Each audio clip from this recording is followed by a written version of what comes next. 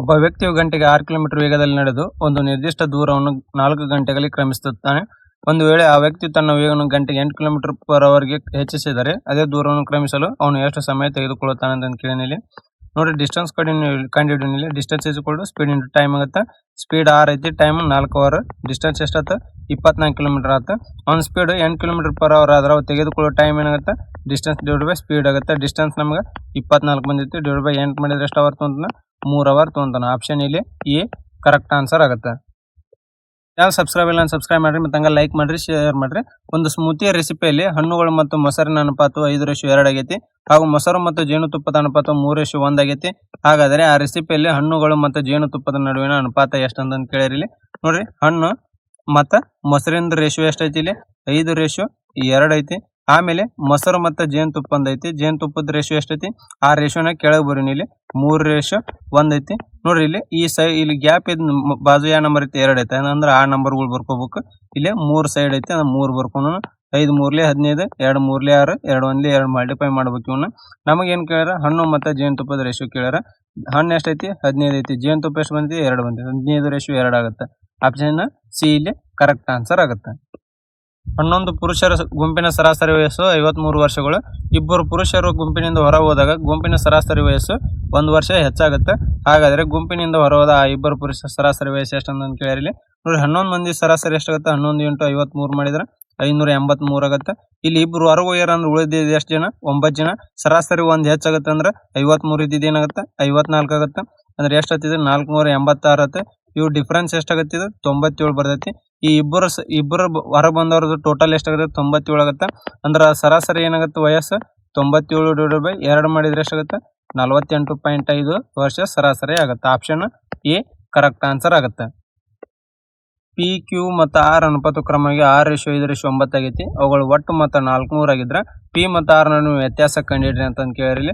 ನೋಡ್ರಿ, P Q R ನ ratio ಏನೈತಿ 6:5:9 ಐತಿ. ಇವು ಟೋಟಲ್ ಸಮ್ ಎಷ್ಟಾಗುತ್ತೆ 20 ಆಗುತ್ತೆ. ಈ 20 ವ್ಯಾಲ್ಯೂ ಎಷ್ಟು ಕೊಟ್ಟನ 400 ಕೊಟ್ಟನ, ಅಂದ್ರೆ 1 ವ್ಯಾಲ್ಯೂ ಎಷ್ಟಾಗುತ್ತೆ 20 ಆಗುತ್ತೆ. ನಮ್ಗೆ ಪಿ ಮತ್ತು ಆರ್ ನಡುವಿನ ವ್ಯತ್ಯಾಸ ಕೇಳೋಣ. ಇಲ್ಲಿ ಪಿದ 6 ಐತಿ, ಆರ್ದು 9 ಐತಿ. ನಡುವಿನ ಡಿಫ್ರೆನ್ಸ್ ಎಷ್ಟಾಗುತ್ತೆ 3 ಆಗುತ್ತೆ. ಅಂದ್ರೆ 3 × 20 ಮಾಡಿದ್ರೆ ಎಷ್ಟಾಗುತ್ತೆ 60 ಬರ್ತೈತಿ. ಆಪ್ಷನ್ ಇಲ್ಲಿ ಬಿ ಕರೆಕ್ಟ್ ಆನ್ಸರ್ ಆಗುತ್ತೆ. ಅನಿಲ್ ಒಂದು ಕೆಲಸವನ್ನು 80 ದಿನಗಳಲ್ಲಿ ಮಾಡಬಲ್ಲನು. ಹಾಗಾದರೆ ಅನಿಲ್ 30 ದಿನಗಳಲ್ಲಿ ಒಟ್ಟು ಕೆಲಸದ ಎಷ್ಟು ಶೇಕಡಾ ಕೆಲಸವನ್ನು ಮುಗಿಸಬಹುದು ಅಂತ ಕೇಳಿರಲಿ. ನೋಡ್ರಿ, ಅವ್ರ ಟೈಮ್ ಎಷ್ಟು ಅಂತ ಇಲ್ಲಿ ಟೋಟಲ್ 80 ದಿನ, ಅಂದ್ರೆ 30 ದಿನದಾಗ ಎಷ್ಟು ಕೆಲಸ ಮಾಡ್ತಾನೆ ಅಂತ ಪರ್ಸೆಂಟೇಜ್ ಕೇಳಿರಲಿ. ಅಂದ್ರೆ percentage work is equal to ಏನಾಗುತ್ತೆ 30 ವರ್ಕ್ನ ಡಿವೈಡೆಡ್ ಬೈ ಟೋಟಲ್ ವರ್ಕ್ 80 × 100 ಆಗುತ್ತೆ. 0 ಕ್ಯಾನ್ಸಲ್. ಇದು 8 1 8 12.5 ಆಗುತ್ತೆ. 12.5 × 3 ಮಾಡಿದ್ರೆ ಎಷ್ಟು ಆಗುತ್ತೆ 37.5% 30 ದಿನದಾಗ ಕಂಪ್ಲೀಟ್ ಮಾಡ್ತಾನೆ. ಆಪ್ಷನ್ ಇಲ್ಲಿ ಡಿ ಕರೆಕ್ಟ್ ಆನ್ಸರ್ ಆಗುತ್ತೆ. ಒಂದು ವಸ್ತುವಿನ ಮಾರಾಟ ಬೆಲೆ 2400 ರೂಪಾಯಿ ಮತ್ತು ನಿಗದಿಪಡಿಸಿದ ಬೆಲೆ 3000 ರೂಪಾಯಿ ಆಗಿದ್ರೆ ರಿಯಾಯಿತಿ ಶೇಕಡಾವಾರು ಎಷ್ಟಂತ ಕೇಳಿರಲಿ. ನೋಡ್ರಿ, ಮಾರ್ಕ್ ಪ್ರೈಸ್ ಎಷ್ಟಾಗೈತಿ 3000 ಐತಿ. ಸೆಲ್ಲಿಂಗ್ ಪ್ರೈಸ್ ಎಷ್ಟಾಗೈತಿ 2400 ಐತಿ. ಎಷ್ಟು ಡಿಸ್ಕೌಂಟ್ ಆಗೈತಿ ಇಲ್ಲಿ 600 ರೂಪಾಯಿ ಡಿಸ್ಕೌಂಟ್ ಆಗೈತಿ. Percentage of discount is equal to discount divided by mark price into 100 ಆಗತ್ತೆ. 20 ಕ್ಯಾನ್ಸಲ್ 0 3 3 ಅಂದ್ರೆ ಪರ್ಸೆಂಟೇಜ್ ಆಫ್ ಡಿಸ್ಕೌಂಟ್ ಎಷ್ಟಾಗುತ್ತೆ ಇಲ್ಲಿ 20% ಆಗುತ್ತೆ. ಆಪ್ಷನ್ ಸಿ ಕರೆಕ್ಟ್ ಆನ್ಸರ್ ಆಗುತ್ತೆ. ಒಂದು ವಸ್ತುವಿನ ಮೇಲಿನ ತೆರಿಗೆಯನ್ನು 17% ಕಡಿಮೆ ಮಾಡಲಾಗೈತಿ ಮತ್ತು ಅದರ ಬಳಕೆಯು 17% ಹೆಚ್ಚಾಗುತ್ತೆ. ಹಾಗಾದರೆ ಆದಾಯದಲ್ಲಿನ ಶೇಕಡಾವಾರು ಬದಲಾವಣೆಯನ್ನು ಕಂಡಿಡ್ರಿ ಅಂತ ಕೇಳಿರಿ. ನೋಡ್ರಿ, ಟ್ಯಾಕ್ಸ್ ಏನು ಮಾಡ್ತಾನೆ 17% ಕಡಿಮೆ ಮಾಡ್ತಾನೆ. ಅಂದ್ರೆ ಟ್ಯಾಕ್ಸ್ ಮೊದಲು 100 ಇತ್ತು, 17% ಕಡಿಮೆ ಮಾಡಿ ಅಂದ್ರೆ ಅದು ಎಷ್ಟಾಗುತ್ತೆ 83 ಆಗುತ್ತೆ. ನೋಡ್ರಿ, ಅದರ ಬಳಕೆ ಏನು 17% ಹೆಚ್ಚಾಗುತ್ತೆ. ಅಂದ್ರೆ ಬಳಕೆ ಮೊದಲಕ್ಕೆ ಎಷ್ಟಿತ್ತು 100 ಇತ್ತು, 17% ಜಾಸ್ತಿ ಆಗೈತೆ ಅಂದ್ರೆ ಎಷ್ಟಾಗುತ್ತೆ 117 ಆಗುತ್ತೆ. ನೋಡ್ರಿ, ಇದು ಮಲ್ಟಿಪ್ಲೈ ಮಾಡೋಣ ಎರಡೂ. 100 × 100 ಮಾಡಿದ್ರೆ ಎಷ್ಟಾಗುತ್ತೆ 10,000 ಆಗುತ್ತೆ. 83 × 117 ಮಾಡಿದ್ರೆ ಎಷ್ಟಾಗುತ್ತೆ 9711 ಆಗುತ್ತೆ. ಇಲ್ಲಿ ಎಷ್ಟು ಕಡಿಮೆ ಆಯ್ತು 289 ಕಡಿಮೆ ಆಯ್ತು. ಅಂದ್ರೆ percentage of decrease equal to 289 / 10,000 × 100. 20 cancel ಮಾಡಿದ್ರೆ ಎಷ್ಟಾಗುತ್ತೆ 2.89% ಏನಾಗುತ್ತೆ ಡಿಕ್ರೀಸ್ ಆಗುತ್ತೆ. ಆಪ್ಷನ್ ಇಲ್ಲಿ ಎ ಕರೆಕ್ಟ್ ಆನ್ಸರ್ ಆಗುತ್ತೆ. ಒಂದು ಅಸಲಿನ ಮೇಲೆ 2 ವರ್ಷಗಳ ಚಕ್ರ ಬಡ್ಡಿಯು 967.5 ರೂಪಾಯಿಗಳಾಗಿರುತ್ತೆ. ಬಡ್ಡಿಯ ದರವು ವಾರ್ಷಿಕವಾಗಿ 15% ಆಗಿದ್ದರೆ ಆ ಅಸಲು ಮೊತ್ತ ಎಷ್ಟು ಅಂತ ಕೇಳಿರಲಿ. ರೇಟ್ ಎಷ್ಟು ಕೊಟ್ಟಾನ ಇಲ್ಲಿ 15%. ಟೈಮ್ ಏನು ಕೊಟ್ಟಾನ ಇಲ್ಲಿ 2 ವರ್ಷ. ಈ ರೇಟನ್ನು 2 ವರ್ಷಕ್ಕೆ ಎಫೆಕ್ಟಿವ್ ರೇಟ್ ತೊಗೊತೀನಿ. ಅಂದರೆ R is equal to 15 + 15 + 15 × 15 divided by 100 ಆಗುತ್ತೆ. ಅಂದ್ರೆ 30 + 2.25 ಅಂದ್ರೆ ರೇಟ್ ಟೋಟಲ್ 2 ವರ್ಷಕ್ಕೆ ಎಷ್ಟಾಗುತ್ತೆ 32.2 ಇರುತ್ತೆ. ಅಂದ್ರೆ ಇದ ವ್ಯಾಲ್ಯೂ ಏನಾಗುತ್ತೆ ಕಂಪೌಂಡ್ ಇಂಟ್ರೆಸ್ಟ್ ಆಗಿರ್ತೈತಿ. ಈ ಕಂಪೌಂಡ್ ಇಂಟ್ರೆಸ್ಟ್ ಎಷ್ಟಾಯ್ತು ಇಲ್ಲಿ 32.25 ಆಯ್ತು. ಅಂದ್ರೆ ಇದ್ರ ವ್ಯಾಲ್ಯೂ ಎಷ್ಟು ಕೊಟ್ಟಾನ ಇಲ್ಲಿ 967.5 ರೂಪಾಯಿ ಕೊಟ್ಟಾನ. ಪ್ರಿನ್ಸಿಪಲ್ ಯಾವಲ್ಲಿ ಇರ್ತೈತಿ 100ಕ್ಕೆ ಇರ್ತೈತಿ. 32.25 ಇಂಟು ಎಷ್ಟೇ ಆಗುತ್ತೆ ಇದು ಇಂಟು 30 ಆಗುತ್ತೆ. ಇಂಟು 30 ಮಾಡಿದ್ರೆ ಎಷ್ಟಾಗುತ್ತೆ ಪ್ರಿನ್ಸಿಪಲ್ 3000 ಆಗುತ್ತೆ. ಆಪ್ಷನ್ ಇಲ್ಲಿ ಸಿ ಕರೆಕ್ಟ್ ಆನ್ಸರ್ ಆಗುತ್ತೆ. 21.84ರ 66.67%, 7.14% ಮೌಲ್ಯ ಎಷ್ಟು ಅಂತ ಕೇಳಿರಿ. ನೋಡ್ರಿ 66.67% ಏನಾಗುತ್ತೆ ಅಂದ್ರೆ ಇದು 2/3 ಆಗುತ್ತೆ. ಯಾಕಂದ್ರೆ ಇಲ್ಲಿ 1/3 ವ್ಯಾಲ್ಯೂ ಏನಿರ್ತೈತಿ ಅಂದ್ರೆ 33.33% ಇರ್ತೈತಿ. ಇದ್ರ ಡಬಲ್ ಐತಿ ಅಂದ್ರೆ ಇದು ಏನಾಗುತ್ತೆ 66.67 ವ್ಯಾಲ್ಯೂ 2/3 ಫ್ರಾಕ್ಷನ್ ಆಗುತ್ತೆ. ಇದು 7/14% ಫ್ರಾಕ್ಷನ್ ಏನಾಗಿರ್ತೈತಿ 1/14 ಆಗಿರ್ತೈತಿ. ಹಂಗಾಗಿ 21.84 ಇಂಟು 2/3 ಇಂಟು 1/14 ಆಗುತ್ತೆ. ಇದು ಎಷ್ಟಾಗುತ್ತೆ ಇದು 43.68 ಡಿವೈಡೆಡ್ ಬೈ 42 ಆಗುತ್ತೆ. ಅಂದ್ರೆ 1.04 ಇದರ ವ್ಯಾಲ್ಯೂ ಆಗುತ್ತೆ. ಆಪ್ಷನ್ ಇಲ್ಲಿ ಸಿ ಕರೆಕ್ಟ್ ಆನ್ಸರ್ ಆಗುತ್ತೆ. ಚಾನಲ್ ಸಬ್ಸ್ಕ್ರೈಬ್ ಇಲ್ಲ ಸಬ್ಸ್ಕ್ರೈಬ್ ಮಾಡಿರಿ ಮತ್ತು ಹಂಗೆ ಲೈಕ್ ಮಾಡಿರಿ ಶೇರ್ ಮಾಡಿರಿ. ಅಭಿಷೇಕ್ ತನ್ನ ಲ್ಯಾಪ್ಟಾಪ್ ಬೆಲೆಯನ್ನು ಅದರ ಕೊಂಡ ಬೆಲೆಗಿಂತ 50% ಹೆಚ್ಚಿಗೆ ನಿಗದಿಪಡಿಸ್ತಾನೆ ಅಂತ ಕೊಟ್ಟರೆ ಅಂದ್ರೆ ಕಾಸ್ಟ್ ಪ್ರೈಸ್ ಇಲ್ಲಿ 100 ಇತ್ತಂದ್ರೆ ಮಾರ್ಕ್ ಪ್ರೈಸ್ ಏನಾಗುತ್ತೆ 50% ಜಾಸ್ತಿ ಆತಂದ್ರೆ ಇಲ್ಲಿ 150 ರೂಪಾಯಿ ಮಾರ್ಕ್ ಪ್ರೈಸ್ ಆಗುತ್ತೆ. ಅವನು ತನ್ನ ಗ್ರಾಹಕನಿಗೆ ನಿಗದಿಪಡಿಸಿದ ಬೆಲೆ ಮೇಲೆ 30% ರಿಯಾಯಿತಿಯನ್ನು ನೀಡ್ತಾನೆ. ಅಂದ್ರೆ ಮಾರ್ಕ್ ಪ್ರೈಸ್ ಮೇಲೆ 30% ರಿಯಾಯಿತಿ ನೀಡ್ತಾನೆ ಅಂದ್ರೆ ಎಷ್ಟಾಗುತ್ತೆ ಇಲ್ಲಿ 150 ಇಂಟು 30 ರೂಪಾಯಿ 100 ಮಾಡಿದ್ರೆ 45 ರೂಪಾಯಿ ಡಿಸ್ಕೌಂಟ್ ಕೊಡ್ತಾನೆ. ಅಂದ್ರೆ ಮಾರ್ಕ್ ಪ್ರೈಸ್ ಮೇಲೆ 45 ಡಿಸ್ಕೌಂಟ್ ಕೊಟ್ಟ ಅಂದ್ರೆ ಸೆಲ್ಲಿಂಗ್ ಪ್ರೈಸ್ ಎಷ್ಟಾಯ್ತು ಇಲ್ಲಿ 105 ಆಯ್ತು. ಹಾಗಾದ್ರೆ ಲಾಭದ ಶೇಕಡಾವಾರು ಪ್ರಮಾಣ ಎಷ್ಟು ಅಂತ ಕೇಳಿದ್ರೆ ಎಷ್ಟು ಜಾಸ್ತಿ ಆಯ್ತು ಇಲ್ಲಿ 5 ರೂಪಾಯಿ ಜಾಸ್ತಿ ಆಯ್ತು. ಅಂದ್ರೆ ಪರ್ಸೆಂಟೇಜ್ ಆಫ್ ಇದೇನಾಗುತ್ತೆ ಇಲ್ಲಿ ಲಾಭ profit is equal to 5 divided by 100 into 100 ಮಾಡಿದ್ರೆ 5% ಏನಾಗಿರ್ತೈತಿ ಇಲ್ಲಿ ಪ್ರಾಫಿಟ್ ಆಗಿರ್ತೈತಿ. ಆಪ್ಷನ್ ಬಿ ಕರೆಕ್ಟ್ ಆನ್ಸರ್ ಆಗುತ್ತೆ. ಒಂದು ವಸ್ತುವಿನ ಕೊಂಡ ಬೆಲೆ 360 ರೂಪಾಯಿ ಆಗೈತಿ. ಲಾಭದ ಶೇಕಡಾವಾರು 8% ಆಗಿದ್ರೆ ಲಾಭದ ಮೊತ್ತ ಎಷ್ಟು ಅಂತ ಕೇಳಿರ್ಲಿ. ನೋಡ್ರಿ ಕಾಸ್ಟ್ ಪ್ರೈಸ್ ಎಷ್ಟೈತಿ ಇಲ್ಲಿ 100 ಅಂತ ತೊಗೊಂತೀನಿ. ಇಲ್ಲಿ ಪ್ರಾಫಿಟ್ ಏನಾಗೈತಿ 8% ಆಗೈತಿ. ಈ 100 ವ್ಯಾಲ್ಯೂ ಎಷ್ಟು ಕೊಟ್ಟಾನ ಇಲ್ಲಿ 360 ರೂಪಾಯಿ ಕೊಟ್ಟಾನ. ಅಂದ್ರೆ ಇಂಟು ಎಷ್ಟಾಗೈತಿ ಇಲ್ಲಿ 3.6 ಆಗೈತಿ. 8ಕ್ಕೆ ಇಂಟು 3.6 ಮಾಡಿದ್ರೆ ಎಷ್ಟಾಗೈತಿ ಇದು 28.8 ರೂಪಾಯಿ ಪ್ರಾಫಿಟ್ ಆಗುತ್ತೆ. ಆಪ್ಷನ್ ಡಿ ಇಲ್ಲಿ ಕರೆಕ್ಟ್ ಆನ್ಸರ್ ಆಗುತ್ತೆ.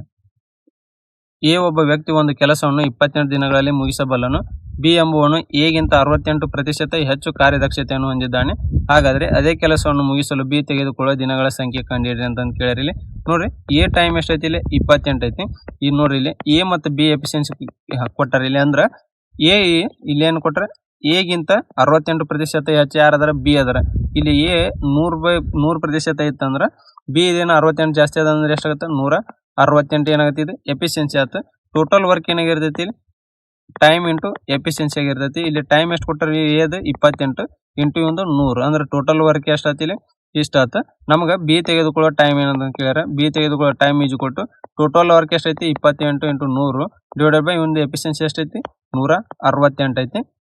ನೋಡ್ರಿ ಇದೇನಾಗುತ್ತೆ 28 ಒಂದ್ಲೆ 28 6 ಆಗುತ್ತೆ. 100 2 50 2 3 ಅಂದ್ರೆ ತೆಗೆದುಕೊಳ್ಳೋ ದಿನ ಎಷ್ಟು ಬಂತೀವಿ ಒಂದು 50 ಡಿವೈಡೆಡ್ ಬೈ 3 ದಿನ ಬರ್ತಾ. ಬಿ ತೆಗೆದುಕೊಳ್ಳುವ ದಿನ ಅಂದ್ರೆ ಆಪ್ಷನ್ ಇಲ್ಲಿ ಡಿ ಕರೆಕ್ಟ್ ಆನ್ಸರ್ ಆಗುತ್ತೆ.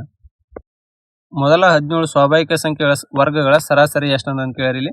ನೋಡಿ ಇದಕ್ಕೆ ಫಾರ್ಮುಲಾ ಏನಿರ್ತೈತಿ ಇಲ್ಲಿ n into n+1 into 2n+1 divided by 6n ಆಗುತ್ತೆ. ಇಲ್ಲಿ n ವ್ಯಾಲ್ಯೂ ಏನಾಗೈತಿ 17 ಆಗೈತಿ. 17 into 17 plus 1 into 2 into 17 plus 1 ಆಗುತ್ತೆ ಡಿವೈಡೆಡ್ ಬೈ 6 ಇಂಟು 17 ಆಗುತ್ತೆ. ಇದೆಷ್ಟಾಗುತ್ತೆ 17 ಇಂಟು 18 ಇಂಟು 35 ಡಿವೈಡೆಡ್ ಬೈ 102 ಆಗಿರ್ತೈತಿ. ಇದೇನಾಗುತ್ತೆ 17 ಒಂದ್ಲೆ 17 6ಲೆ 6 ಒಂದ್ಲೆ 6 3ಲೆ ಅಂದ್ರೆ ಎಷ್ಟಾಯ್ತು ಇಲ್ಲಿ 105 ಆಗುತ್ತೆ. ಆಪ್ಷನ್ ಎ ಇಲ್ಲಿ ಕರೆಕ್ಟ್ ಆನ್ಸರ್ ಆಗುತ್ತೆ. ಒಂದು ಚೀಲದ ಮಾರಾಟ ಬೆಲೆಯು 1056 ರೂಪಾಯಿಗಳು ಮತ್ತು ಲಾಭದ ಪ್ರಮಾಣ 20%ಆಗೈತಿ. ಒಂದು ವೇಳೆ ಮಾರಾಟ ಬೆಲೆಯು 800 ರೂಪಾಯಿಗಳಾಗಿದ್ದರೆ ನಷ್ಟ ಶೇಕಡಾವಾರು ಪ್ರಮಾಣ ಎಷ್ಟಾಗುತ್ತೆ ಅಂತ ಕೇಳಿರಿ. ನೋಡ್ರಿ ನಮ್ಗೆ cost price to selling price ನೋಡಿ ಇಲ್ಲಿ ಕಾಸ್ಟ್ ಪ್ರೈಸ್ ಏನು ಅಂತ ತೊಗೊಂತೀನಿ 100 ಅಂತ ತೊಗೊಂತೀನಿ. 20% ಪ್ರಾಫಿಟ್ ಆಗೈತಿ ಅಂದ್ರೆ ಸೆಲ್ಲಿಂಗ್ ಪ್ರೈಸ್ ಎಷ್ಟಾಗಿರ್ತೈತಿ ಇಲ್ಲಿ 120 ರೂಪಾಯಿ ಆಗಿರ್ತೈತಿ. ಮತ್ತು ಇಲ್ಲಿ ಪ್ರಾಫಿಟ್ ವ್ಯಾಲ್ಯೂ ಕೊಟ್ಟರೆ ಇಲ್ಲಿ ಎಷ್ಟು ಕೊಟ್ಟಾನ ಸಾರಿ ಇಲ್ಲಿ ಸೆಲ್ಲಿಂಗ್ ಪ್ರೈಸ್ ಕೊಟ್ಟಾನ ಎಷ್ಟು 1056 ಅಂದ್ರೆ ಈ 120 ವ್ಯಾಲ್ಯೂ ಎಷ್ಟು ಕೊಟ್ಟಾನ 1056 ರೂಪಾಯಿ ಕೊಟ್ಟಾನ. ಅಂದ್ರೆ ಇಂಟು ಎಷ್ಟಾಗೈತಿ 8.8 ರೂಪಾಯಿ ಆಗೈತಿ. ಕಾಸ್ಟ್ ಪ್ರೈಸ್ ಎಷ್ಟಾಗೈತಿ ಇಲ್ಲಿ 100 ಇರ್ತೈತಿ ಅಂದ್ರೆ 8.8 ಮಾಡಿದ್ರೆ ಕಾಸ್ಟ್ ಪ್ರೈಸ್ ಎಷ್ಟೈತೆ 880 ರೂಪಾಯಿ ಏನೈತಿ ಇಲ್ಲಿ ಕಾಸ್ಟ್ ಪ್ರೈಸ್ 880 ಆಯ್ತು. ಅದನ್ನ ನಾವು ಸೆಲ್ಲಿಂಗ್ ಪ್ರೈಸ್ ಎಷ್ಟು ಮಾಡ್ಯಾನ ಒಳ್ಳೆ 800 ರೂಪಾಯಿ ಮಾಡ್ಯಾನ. ಇಲ್ಲಿ ಲಾಸ್ ಎಷ್ಟಾಗುತ್ತೆ 80 ರೂಪಾಯಿ ಲಾಸ್ ಆಗುತ್ತೆ. Percentage of loss is equal to 80/880 into 100 ಆಗುತ್ತೆ. 0.0 8 ಅಂದ್ರೆ 9.09% ಏನಾಗುತ್ತೆ ಲಾಸ್ ಆಗುತ್ತೆ. ಇವಾಗ ಆಪ್ಷನ್ ಎ ಇಲ್ಲಿ ಕರೆಕ್ಟ್ ಆನ್ಸರ್ ಆಗುತ್ತೆ. ನಮ್ಮ ಚಾನಲ್ ಸಬ್ಸ್ಕ್ರೈಬ್ ಇಲ್ಲ ಸಬ್ಸ್ಕ್ರೈಬ್ ಮಾಡಿ ಮತ್ತು ಹಂಗೆ ಲೈಕ್ ಮಾಡಿ ಶೇರ್ ಮಾಡಿರಿ. ಒಬ್ಬ ವ್ಯಕ್ತಿಯು ಸಾಲವಾಗಿ ನೀಡಿದ ಒಂದು ಅಸಲು ಮೊತ್ತಕ್ಕೆ ವಾರ್ಷಿಕ 24% ಬಡ್ಡಿ ದರವನ್ನು ವಿಧಿಸ್ತಾನೆ. 5 ವರ್ಷಗಳಲ್ಲಿ ಬಂದ ಬಡ್ಡಿಯು ಆತ ನೀಡಿದ ಅಸಲು ಮೊತ್ತಕ್ಕಿಂತ 1200 ರೂಪಾಯಿಗಳು ಹೆಚ್ಚಾಗಿರುತ್ತೆ. ಹಾಗಾದರೆ ಆತ ನೀಡಿದ ಅಸಲು ಮೊತ್ತ ಎಷ್ಟು ಅಂತ ಕೇಳಿರಿ.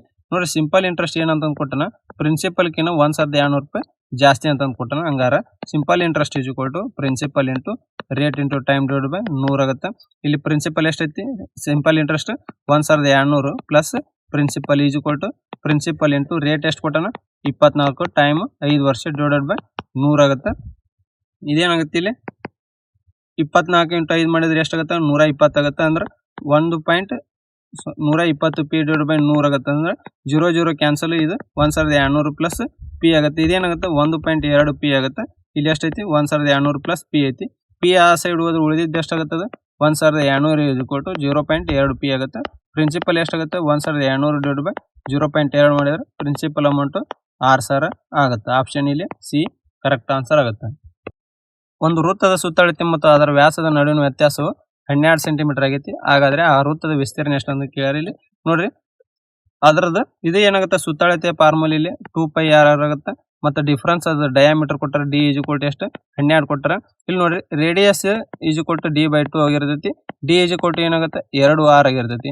ಅಂದ್ರೆ ಇಲ್ಲಿ 2r ಏನಾಗುತ್ತೆ ಡಿ ಅಂತ ತಗೊಂತೀನಿ. ಅಂದ್ರೆ ಇದೇನಾಗುತ್ತೆ pi D is equal to D is equal to 12. Pi D minus D is equal to ಎಷ್ಟಾಗುತ್ತೆ 12 ಆಗುತ್ತೆ. ಇಲ್ಲಿ ಡಿ ಕಾಮನ್ ತೆಗೆದ್ರೆ ಏನಾಗುತ್ತೆ pi minus 1 is equal to 12 ಆಗುತ್ತೆ. ಡಿ ಈಸ್ ಈಕ್ವಲ್ ಟು ಏನಾಗುತ್ತೆ 12 divide by pi value 3.14 minus 1 ಅಂತ ತಗೊಂತೀನಿ. ಅಂದ್ರೆ D is equal to 12 divided by ಎಷ್ಟತ್ತಿದೆ 2.14 ಆಗುತ್ತೆ. ಅಂದ್ರೆ ಡಿ ವ್ಯಾಲ್ಯೂ ಎಷ್ಟು ಬಂತು ಇಲ್ಲಿ 5.60 ಆಗುತ್ತೆ. ರೇಡಿಯಸ್ ಇದರ ಅರ್ಧ ಇರ್ತೈತೆ ಅಂದ್ರೆ ಇದು ಎಷ್ಟಾಗುತ್ತೆ 2.80 ಆಗುತ್ತೆ. ನಮಗೆ ಏರಿಯಾ ಕೇಳೋಣ. ಏರಿಯಾ ಈಸ್ ಈಕ್ವಲ್ ಟು ಏನಾಗುತ್ತೆ ಪೈ r² ಆಗುತ್ತೆ.